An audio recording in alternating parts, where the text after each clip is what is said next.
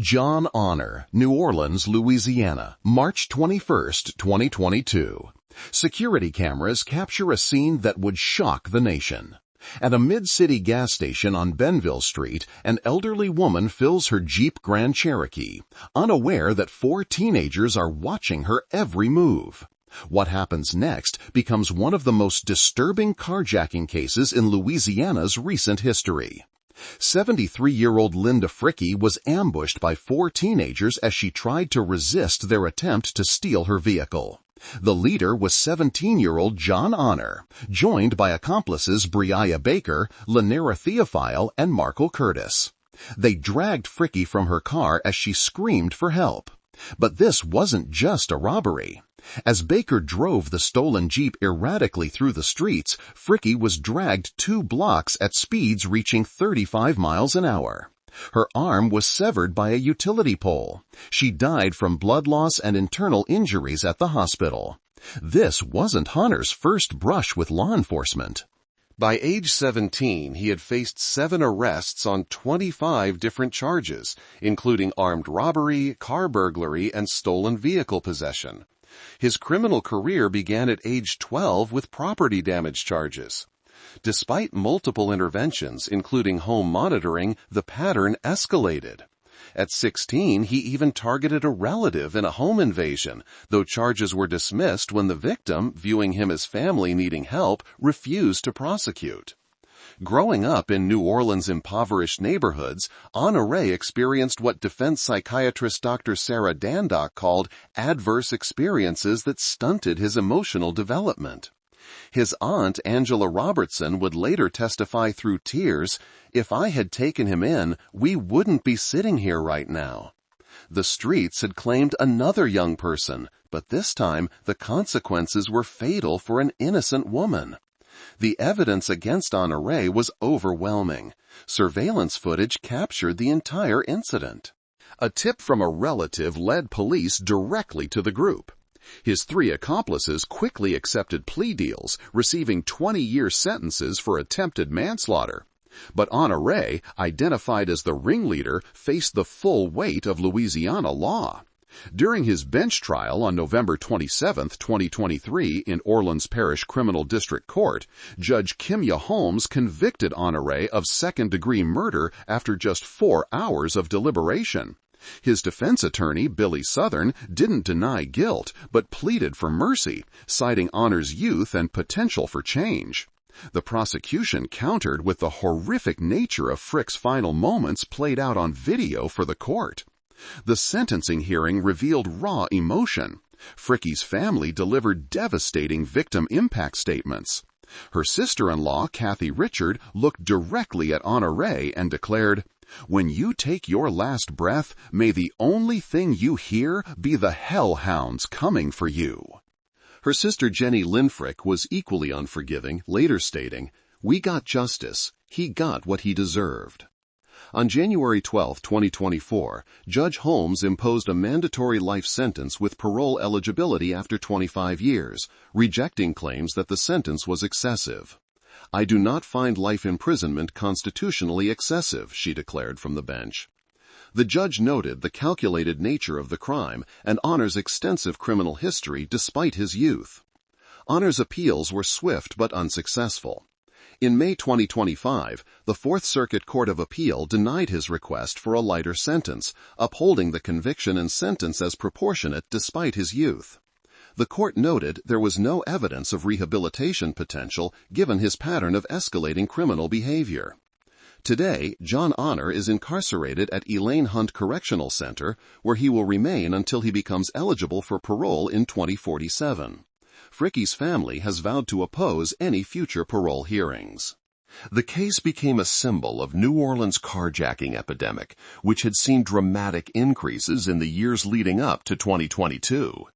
Linda Fricky, a beloved community volunteer and real estate broker, became a rallying cry for victims' rights advocates across Louisiana. But the next case would involve someone with even more calculation and a crime that would shake Louisiana's legal system to its core. Dale Dwayne Craig, Baton Rouge, Louisiana, September 14, 1992. A college freshman walks across the LSU campus after a night of studying, unaware that 4 teenagers are watching him from the shadows. What began as a plan to steal a car would escalate into one of the most calculated and cold-blooded executions in Louisiana history. 18-year-old Kip Earl Gullett was ambushed outside Kirby Smith Dormitory by 17-year-old Dale Dwayne Craig and his accomplices James Levine, Roy Moore, and Zebe Berthalo. Craig, just 1 week shy of his 18th birthday, orchestrated the carjacking with military precision. They pistol-hipped Gullett, forced him into his Ford Bronco at gunpoint, and drove for nearly an hour while the terrified student begged for his life, offering them cash and the vehicle. The motive was simple. Craig needed transportation to visit his girlfriend in Walker, Louisiana. But what started as a car theft transformed into something far more sinister when Craig realized Gullett could identify them. At a remote construction site in South Baton Rouge, Craig made a chilling decision. He ordered Levine to beat Gullett unconscious, then knelt beside the helpless student and fired 3 point-blank shots into his skull, followed by 2 more for good measure. Craig's background revealed a troubled youth in North Baton Rouge. As the only child of Geneva Craig, he endured an unstable household marked by paternity uncertainty and family tragedy. He experienced trauma at age 9, triggering PTSD that would plague him for years. Substance experimentation began early with marijuana, LSD, paint thinner, and prescription medications. Despite having an IQ over 100, psychiatric evaluations labeled him sociopathic, linking his deviancy to absent father figures and neighborhood influences. After the execution, Craig bragged to friends about the deed. "I had to kill him," he told them, worried that his accomplice had revealed identifying information. The group burned the Bronco to destroy evidence. Gullett's body was discovered 2 days later, and an anonymous tip led to arrests within 5 days. The prosecution's case was overwhelming. Co-defendants provided videotaped confessions in exchange for 25-year plea agreements, describing in detail how Craig orchestrated and carried out the execution. The testimony was devastating. Gullett had begged for his life, offered everything he had, and still Craig executed him in cold blood without hesitation. At his October 1994 trial in East Baton Rouge Parish's 19th Judicial District Court, Craig was convicted of first-degree murder. The jury unanimously recommended the death penalty, which Judge Bonnie Jackson imposed, citing the armed robbery, kidnapping, and the crime's calculated cruelty.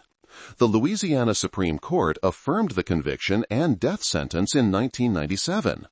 However, Craig's case would become a landmark in juvenile justice. Following the U.S. Supreme Court's 2005 decision in Roper v. Simmons, which banned the execution of offenders who were under 18 at the time of their crimes, Craig's death sentence was commuted to life without parole. The ruling saved Craig from execution row, but left him facing the rest of his life behind bars. The story didn't end there. After serving 28 years with an exemplary prison record, mentoring other inmates, and training PTSD service dogs, Craig petitioned for resentencing under Louisiana's Miller hearing requirements. In 2021, District Judge Ebony Johnson Rose granted him parole eligibility, finding evidence of rehabilitation and growth. The judge noted Craig's transformation over nearly 3 decades. But Louisiana Attorney General Liz Murrill appealed the decision, arguing that Craig's proximity to age 18 and the heinous nature of his crime warranted the harshest punishment. The case reached the Louisiana Supreme Court, where Chief Justice John Weimer observed, "His character is not frozen to when he committed this crime at 17. The hearing became more than just Craig's case. It became a direct challenge to the Roper decision itself." Murrill's office filed briefs in September 2025 seeking to overturn the precedent that banned juvenile executions, arguing that Craig's case demonstrates why some juvenile offenders deserve the ultimate punishment. Today, Craig remains at Angola State Penitentiary, where most of Louisiana's juvenile lifers are housed. Now 50 years old, he has spent more than half his life behind bars. His case continues to generate national attention as courts grapple with questions of redemption, rehabilitation, and the finality of judgment for crimes committed by teenagers. The image of Kip Gullett, an engineering student with his whole life ahead of him, begging for mercy before being executed in a construction site, ensures that Dale Dwayne Craig's name will forever be associated with one of Louisiana's most notorious crimes. Yet, the next case would show how even closer family bonds could be shattered. Dalton Fletcher, West Monroe, Louisiana, September 9, 2010. In a quiet middle-class neighborhood, a family prepares for what they believe will be an ordinary evening. The parents, Johnny and Tammy Fletcher, have no idea that their son has spent the last month and a half planning their demise. What unfolds next shatters every assumption about family, trust, and the capacity for evil in seemingly normal homes. Dalton Lane Fletcher had been plotting for 1.5 months when he finally acted on September 9, 2010. Armed with a shotgun, the teenager first confronted his father, Johnny, a hard-working construction worker, in the living room. The weapon jammed on the first shot, striking Johnny in the arm. Dalton fled briefly, giving his father hope that the nightmare was over. But the teenager returned with deadly determination, finding his wounded father in the kitchen and firing the fatal shot. The horror wasn't finished. Dalton then went to the bedroom where his mother, Tammy, a dedicated homemaker, cowered in terror as she begged, "Please don't kill me." Dalton showed no mercy, shooting her dead instantly. His sister witnessed the maternal execution. When she tried to intervene, Dalton threatened her life and forced her into seclusion. From the outside, the Fletcher family appeared perfect. They lived in a stable middle-class home where Johnny worked as an electrician and Tammy as a nurse. Dalton was an honor roll student and football player who went hunting with his father and received a Jeep for his birthday. But beneath this veneer of normalcy, troubling signs had emerged that no one fully understood. From first grade, Dalton had shown aggressive tendencies, receiving suspensions for fighting. By age 13, he began rebelling against household rules and curfews, leading to explosive arguments with his parents. His sister later testified about slammed doors and escalating confrontations, though she disputed Dalton's later claims of parental mistreatment. The family had even sought counseling, but nothing seemed to address the growing darkness within Dalton. A pediatric visit just days before the murders found no evidence of maltreatment. Dr. Rosales noted only that Dalton was angry about being grounded, a normal teenage response that gave no hint of the horror to come. To everyone who knew them, the Fletchers seemed like any other American family dealing with typical adolescent rebellion. The morning after the double homicide, Dalton's sister escaped to a neighbor's house and called for help. Meanwhile, Dalton calmly drove to school in the family car where police arrested him. Officers found the murder weapon and spent shell casings in the trunk of the vehicle. His demeanor was chillingly normal, as if he had simply completed a routine task. During the investigation, a disturbing picture emerged of Dalton's mindset. Court records revealed a jailhouse letter where he boasted about the killings, writing that killing was easy and expressing regret that he couldn't make his parents suffer more. The letter became crucial evidence in understanding his complete lack of remorse and the premeditated nature of his actions. Charged with 2 counts of second-degree murder in Ouachita Parish's 4th Judicial District Court, Dalton initially pleaded not guilty by reason of insanity. However, psychological evaluations by Dr. Mark Vigan for the defense and Dr. George Seiden for the state concluded that he understood the difference between right and wrong at the time of the crimes. The jury convicted Dalton in December 2011, and he was initially sentenced to 2 concurrent life terms without parole in February 2012. However, following the U.S. Supreme Court's Miller v. Alabama decision, the case was remanded for a new sentencing hearing to consider his youth. In 2013, Judge Daniel Ellender held a Miller hearing to determine whether Dalton should receive life without parole. The judge considered factors including Dalton's age, family circumstances, and potential for rehabilitation. However, the jailhouse letter boasting about the murders, combined with victim impact statements from family members, weighed heavily against any leniency. Judge Ellender reimposed the sentence of life without parole, calling it the worst case he had encountered in his years on the bench. The judge noted the premeditated nature of the crimes and Dalton's complete lack of remorse as factors that overcame any consideration of his youth. The sentence meant Dalton would never have the possibility of freedom. The Second Circuit Court of Appeal upheld the sentence in 2014, finding that the trial court had meticulously considered youth factors before imposing the harshest sentence available. The appeals court rejected arguments that the sentence was excessive, noting the deliberate planning and the defendant's own words celebrating the murders. Today, Dalton Fletcher is incarcerated at Louisiana State Penitentiary at Angola, where he remains ineligible for parole. Now 30 years old, he has spent half his life behind bars with no possibility of release. His case stands as one of the most shocking examples of familial betrayal in Louisiana's criminal history. The Fletcher murders shattered a community's sense of security about family bonds and teenage behavior. The image of parents who worked hard to provide for their son, only to be executed by him in their own home, ensures that Dalton Fletcher's name will be remembered as a symbol of inexplicable family destruction. But another case would involve a different kind of group dynamic entirely.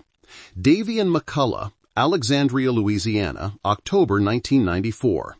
An elderly widow prepares for bed in her modest home, unaware that 9 teenagers are planning to invade her sanctuary. What begins as a robbery targeting a vulnerable senior citizen escalates into one of central Louisiana's most disturbing group crimes, with consequences that would reverberate through the courts for decades. 82-year-old Rita Rabble was alone in her Alexandria home when the group of 9 teenagers, including 17-year-old Davian Dawson McCullough, forced their way inside. What they thought would be an easy score from a defenseless elderly woman turned into a frenzy of unthinkable actions. McCullough wielded a knife, inflicting deep wounds to Rabble's neck and torso, while his accomplices ransacked her home for cash and jewelry. The attack was prolonged and merciless. Rita Rabble was beaten and stabbed more than 50 times as she pleaded for her life in her own bedroom. The retired teacher, who had devoted her career to educating young people, found herself at the mercy of teenagers who showed no compassion for her age or vulnerability. The irony was crushing. A woman who had spent her life helping youth was destroyed by them. McCullough's role was particularly significant. Among the 9 participants, he was identified as one of the primary attackers, using the knife to inflict the fatal wounds that ended Rylett's life. The motive was simple greed. The group believed the elderly woman would have money and valuables that would be easy to steal. They targeted her specifically because of her age and isolation, seeing her as an easy victim. The crime scene was horrific. Blood spattered across Rylett's bedroom walls and floors. Her small frame had been overwhelmed by the group of teenagers who showed no mercy despite her pleas. The elderly woman had tried to defend herself, but she was no match for 9 young attackers determined to take what they wanted. The investigation moved quickly once one of the participants, identified as Joseph, confessed to police and implicated his accomplices. His testimony provided the roadmap for prosecutors to understand how the crime unfolded and who played what role. McCullough's use of the knife made him particularly culpable in the death, elevating his charges above some of his co-defendants. Arrests followed within weeks of Joseph's confession. McCullough and his 8 accomplices were taken into custody and charged with various degrees of murder and robbery. The evidence against them was substantial, built primarily on the informant's detailed account of how the home invasion and killing occurred. The case highlighted the dangerous dynamic of group criminality among teenagers.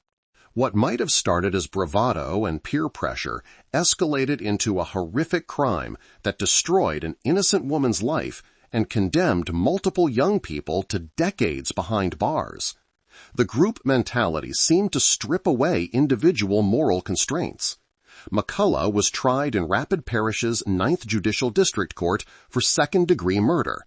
The jury convicted him in 1999, weighing the testimony of accomplices who had accepted plea deals in exchange for their cooperation. The evidence of his knife use and participation in the fatal attack was compelling and left little room for doubt about his guilt. Following his conviction, McCullough was sentenced to life without parole under Louisiana's harsh sentencing guidelines for second-degree murder. For years, it appeared he would spend the rest of his life behind bars, with no possibility of release, joining thousands of other lifers in Louisiana's prison system. However, McCullough's case was affected by changing juvenile justice laws. Following the Miller v. Alabama decision and subsequent Louisiana legislation, McCullough sought resentencing in 2016 to 2023 hearings, arguing for parole eligibility based on his youth at the time of the crime and potential for rehabilitation after decades in prison. The resentencing hearings became a battleground between those who believed McCullough deserved a chance at redemption and those who felt his crime was too heinous to warrant any possibility of freedom. Judge Patricia Coe ruled him eligible for parole consideration in January 2023, though he remained incarcerated while the process continued. The March 2023 session assessed McCullough's rehabilitation efforts during his imprisonment. His defense team pushed for a resentencing to manslaughter with a term of 40 years, which would have made him immediately eligible for release given his time served. The state opposed such leniency, arguing that the brutal nature of the crime warranted continued incarceration. Today, McCullough remains at Angola State Penitentiary, now 46 years old and having served nearly 3 decades for his role in Rita Robble's death. His case continues to wind through the courts as judges grapple with questions of juvenile rehabilitation and the finality of life sentences. Co-defendant Young faces similar resentencing proceedings, highlighting how the case affected multiple young lives. The murder of Rita Robble stands as a stark reminder of how group dynamics can amplify individual criminal tendencies among teenagers. An elderly teacher who had dedicated her life to helping young people became the victim of the very demographic she had served. The image of 9 teenagers overwhelming a defenseless woman in her own home ensures that Davian McCullough's name will forever be tied to one of Louisiana's most heartless crimes. However, yet another case would demonstrate how peer pressure and gang culture could lead to equally tragic outcomes. Jeremy Germain Brooks, Shreveport, Louisiana, April 2009. In the Cannon Village apartments, rival gang members prepare for what they believe will be a simple fistfight to settle territorial disputes. But what begins as planned one-on-one combat quickly escalates into a deadly shootout that claims an innocent life and forever changes the trajectory of multiple young people. 17-year-old Jeremy Germain Brooks was a member of the 19's Crips when tensions with the rival Bottoms Boys gang reached a boiling point. The conflict centered on turf control and respect, the currency that often drives young people to violence in urban environments. What should have been settled with words instead became a deadly confrontation. The plan was straightforward: a fistfight between Brooks and Terrence Holden to settle their differences. Both gangs gathered at the apartment complex, expecting to watch their representatives battle it out with hands only. But the situation spiraled out of control when the planned fight escalated beyond anyone's expectations. When the confrontation began, Brooks's brother Josh fired the first shots, breaking the unwritten rules of the encounter. But it was Jeremy Brooks who grabbed the AK-47 style rifle and unleashed a barrage of gunfire. He fired more than 20 rounds into the crowd, transforming the apartment complex into a war zone as people scattered for cover. Among those fleeing the chaos was 15-year-old Terrell Seavor, who had no connection to either gang and was simply in the wrong place at the wrong time. As he ran for safety, one of Brooks's bullets struck him down. Seavor collapsed in the parking lot, becoming an innocent casualty in a war that had nothing to do with him. The aftermath was captured by surveillance cameras and witnessed by more than 30 people, including Jamil Johnson, who provided crucial testimony identifying Brooks as the shooter. Shell casings recovered from the scene matched the weapon Brooks had fired, creating an overwhelming evidence trail that led directly back to him. Brooks's involvement in the crypts had begun early, as was common for many young people in Shreveport's economically disadvantaged neighborhoods. Gang membership provided a sense of belonging and protection, but it also created obligations that could turn deadly without warning. The territorial dispute that led to the shooting was typical of the conflicts that plagued the city's gang scene. The investigation moved quickly due to the abundance of witnesses and physical evidence. Video footage and eyewitness accounts clearly showed Brooks firing the assault rifle, leaving little doubt about his role in Saver's death. The combination of surveillance technology and cooperative witnesses made this case unusually straightforward for prosecutors. Brooks was initially indicted for first-degree murder in Cato Parish's First Judicial District Court, but the charge was later reduced to second-degree murder. The prosecution built their case around the overwhelming evidence of Brooks's actions and the senseless nature of Saver's death. During the July 2011 trial, the jury convicted Brooks by a vote of 10-2, finding him guilty of second-degree murder despite defense arguments about sudden passion and peer pressure. The defense's attempts to portray the shooting as an impulsive act couldn't overcome the evidence of Brooks's deliberate choice to grab the rifle and fire into the crowd. The court initially imposed a sentence of life without parole, reflecting Louisiana's harsh stance on violent crime. However, Brooks's case was affected by the changing landscape of juvenile sentencing following the Miller v. Alabama decision in 2012.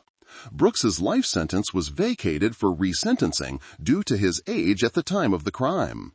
The Second Circuit Court of Appeal affirmed his conviction, noting the overwhelming evidence against him, but acknowledged that his sentence needed to be reconsidered under the new juvenile sentencing guidelines. The resentencing process resulted in Brooks receiving life imprisonment with the possibility of parole, reflecting the court's recognition of his youth while still acknowledging the severity of his crime.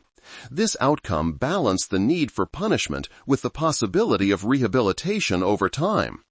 Brooks's case highlighted the devastating impact of gang culture on communities and young people. What began as a dispute over territory ended with an innocent teenager dead and multiple young men facing decades in prison. The easy access to high-powered weapons transformed a fistfight into a tragedy that affected numerous families. Today, Jeremy Brooks remains incarcerated at David Wade Correctional Center, now 33 years old and having served more than a decade for his role in Terrell Seavor's death. He will eventually be eligible for parole consideration, though the timing depends on various factors related to his sentence structure. The shooting at Cannon Village Apartments shows how quickly conflicts can escalate when firearms are involved. The image of an innocent teenager running for his life only to be cut down by gang gunfire ensures that Jeremy Jermaine Brooks's name will be remembered as part of Shreveport's ongoing struggle with youth violence and gang activity. But the next case would show how individual pride could be just as deadly as gang loyalty. Andrew Level Smith, Shreveport, Louisiana, May 7, 2013. In the parking lot of Peach Street Apartments, what begins as a heated argument over money quickly transforms into a deadly confrontation. The dispute seems minor, the kind of conflict that should be settled with words or at worst fists. Instead, it becomes an execution that demonstrates how quickly pride and anger can turn fatal. 19-year-old Andrew Level Smith confronted 21-year-old apprentice Tyree Britton over accusations that Britton had burglarized him. The confrontation began with a fistfight that also involved Jeremy Swole Bradford. Smith took a beating in the fight, his pride wounded along with his body.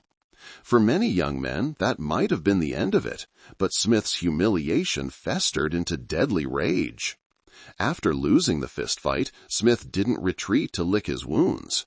Instead, he pursued Britton with murderous intent.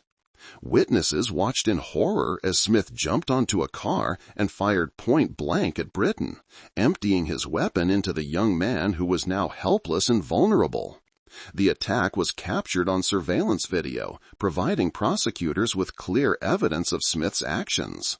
The footage showed the cold-blooded nature of the execution. Britton posed no threat when Smith opened fire, making this a clear case of revenge rather than self-defense. Smith fired 16 shots into Britton's body, with 4 of the bullets proving fatal. The overkill demonstrated the depth of Smith's rage and his determination to ensure Britton's death. This wasn't a momentary lapse in judgment or a case of accidental death during a struggle. It was a deliberate execution carried out in broad daylight with multiple witnesses. After the shooting, Smith fled to Memphis, hoping to escape justice by leaving Louisiana, but his freedom was short-lived.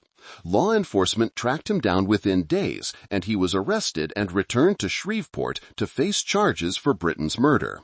The motive was what prosecutors called stupid, foolish pride. Smith couldn't accept losing a fistfight and being humiliated in front of others. Rather than walking away or seeking nonviolent resolution, he chose to escalate the conflict to deadly force, transforming a minor dispute into a capital crime. During the investigation, eyewitnesses provided detailed accounts of the shooting, corroborating what the surveillance footage had already shown. Forensic evidence from the bullet trajectories and wound patterns confirmed that Britton had been shot execution-style while unable to defend himself. Smith's trial took place in June 2014 in Caddo Parish's 1st Judicial District Court. The jury convicted him of second-degree murder by a vote of 10-2. After deliberating for only 2 hours, the evidence was so overwhelming that the jury had little difficulty reaching their verdict.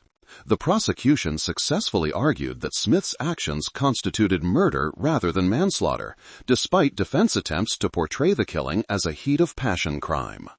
The surveillance video and witness testimony clearly showed that Smith had time to cool down after the fistfight, but instead chose to pursue and execute Britton. On June 16, 2014, Smith was sentenced to life imprisonment without parole. The judge rejected defense arguments that the sentence was excessive given Smith's age, noting the brutal and premeditated nature of the execution. Smith's case was appealed to the Second Circuit Court of Appeal, where his attorneys argued that the life sentence was constitutionally excessive. However, the appellate court affirmed both the conviction and sentence in 2015, describing the crime as a brutal execution that warranted the harshest available punishment. Throughout the legal proceedings, Smith showed no remorse for his actions. The court noted his lack of acknowledgement for the pain he had caused Britton's family and his failure to accept responsibility for his choice to escalate a minor dispute into murder. Smith's case differed from many other juvenile cases because he was 19 at the time of the crime, making him legally an adult despite his youthful age. This meant he wasn't eligible for the juvenile sentencing reforms that had benefited younger offenders, and he faced the full weight of adult criminal penalties. Today, Andrew Levelvell Smith remains incarcerated at Angola State Penitentiary, now 31 years old and serving a life sentence without parole. His case serves as a cautionary tale about how pride and the inability to accept defeat can transform minor conflicts into life-destroying tragedies. However, the final case in this series would involve a very different kind of motivation entirely. Milton Wilson, New Orleans, Louisiana, November 25, 2012. On General de Gaulle Drive in Affanors, a college student returns from an evening out, unaware that 2 young men are watching him from the shadows. What appears to be a routine carjacking quickly transforms into an execution that ends a promising life and destroys several others in the process. 23-year-old Fernando Aguirre, a Tulane University student, was ambushed by 17-year-old Milton Bullet Wilson and his accomplice Mark Fresh Simmons as he approached his Honda vehicle. The attack was swift and coordinated, suggesting the perpetrators had planned their approach and selected their target carefully. Wilson and Simmons forced Aguirre from his car at gunpoint, demanding his keys and valuables. The young student complied immediately, offering no resistance and handing over everything they requested. He posed no threat to his attackers and seemed to believe that cooperation would save his life. He was tragically wrong. Despite Aguirre's compliance, Wilson shot him 7 times in execution-style fashion, leaving his body near a Subway restaurant before fleeing in the stolen Honda. The shooting was captured on surveillance video, which would later become crucial evidence in the prosecution's case. Wilson's background revealed a troubled youth shaped by family instability. Raised primarily by his aunt after his mother's absence, he had struggled with behavioral and academic issues that required special education services.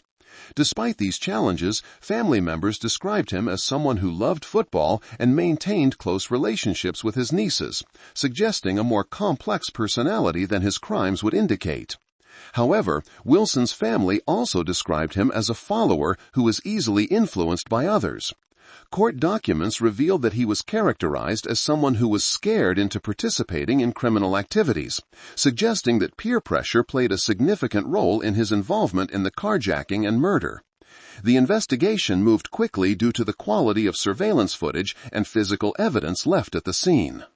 Video clearly showed Wilson pointing a gun at Iseri's face before the fatal shooting, making it impossible to argue that the death was accidental or occurred during a struggle.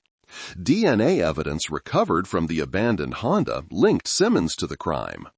While witness testimony and surveillance footage established Wilson as the shooter, the getaway was facilitated by Aaron Dockett, who helped the perpetrators escape the scene. The case was complicated by the involvement of co-defendant J. Royd Washington, who initially agreed to testify against Wilson and Simmons. However, Washington ultimately refused to honor his cooperation agreement, choosing instead to face 139 years in prison rather than testify against his associates. Wilson's trial took place in May 2014 in Orleans Parish Criminal Court. Despite the absence of Washington's testimony, the jury convicted Wilson of second-degree murder in just 58 minutes, finding the video evidence and forensic testimony overwhelming. District Attorney Leon Cannizzaro described the crime as truly horrific and noted Wilson's complete lack of remorse throughout the legal proceedings. The prosecution emphasized that Aguirre had fully cooperated with his attackers, but was killed anyway, making this a particularly callous crime. On July 11, 2014, Wilson was sentenced to life imprisonment without parole and hard labor. The sentence reflected the court's view that Wilson's actions warranted the harshest available punishment under Louisiana law. The impact on Aguirre's family was devastating. His father, Gilberto Aguirre, struggled to comprehend the senseless nature of his son's death, telling reporters, "We never found the reason. It's too traumatizing." The family's pain was compounded by the knowledge that Fernando had done everything right. He hadn't resisted. He'd given his attackers what they wanted, yet they killed him anyway. Wilson's case highlighted the risks faced by college students in New Orleans, particularly those attending Tulane University. The random nature of the attack and its location in Allers made it clear that no area of the city was immune from violent crime, especially carjackings that had become increasingly common. Appeals in Wilson's case have been ongoing, with his co-defendants facing separate legal proceedings. The complexity of the case involving multiple defendants and various cooperation agreements has created a lengthy legal process that continues to work its way through the courts. Today, Milton Wilson remains incarcerated at Angola State Penitentiary, now 30 years old and facing the prospect of spending the rest of his life behind bars. This was all from our side today. Thanks for watching. Click here to check